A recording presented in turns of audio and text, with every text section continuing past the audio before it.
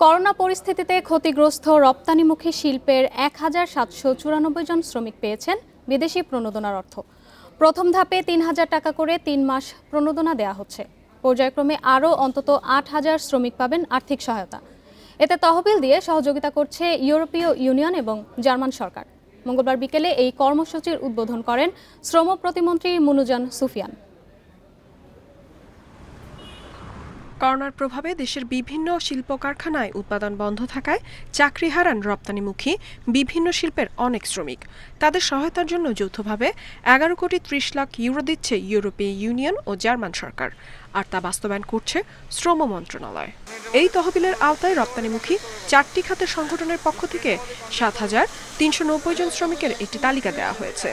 প্রথম পর্যায়ে এই তালিকার ১,৭৯৪ জন শ্রমিককে দেয়া হচ্ছে সহায়তা। মোট ১০,০০০ শ্রমিককে এই তহবিলের আওতায় আনার পরিকল্পনা রয়েছে।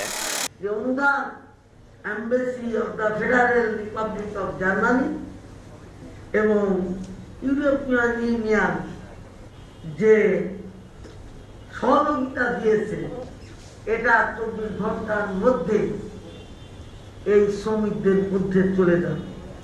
ব্যবসায়ীরা বলছেন, ইইউ এবং জার্মান সরকার মিলে ১০ লাখ শ্রমিকের জন্য সহায়তা দিলেও বর্তমানে এত শ্রমিক কর্মহীন নেই। তাই এই তালিকা খুব বেশি দীর্ঘ হবে না বলে আশা করা যাচ্ছে।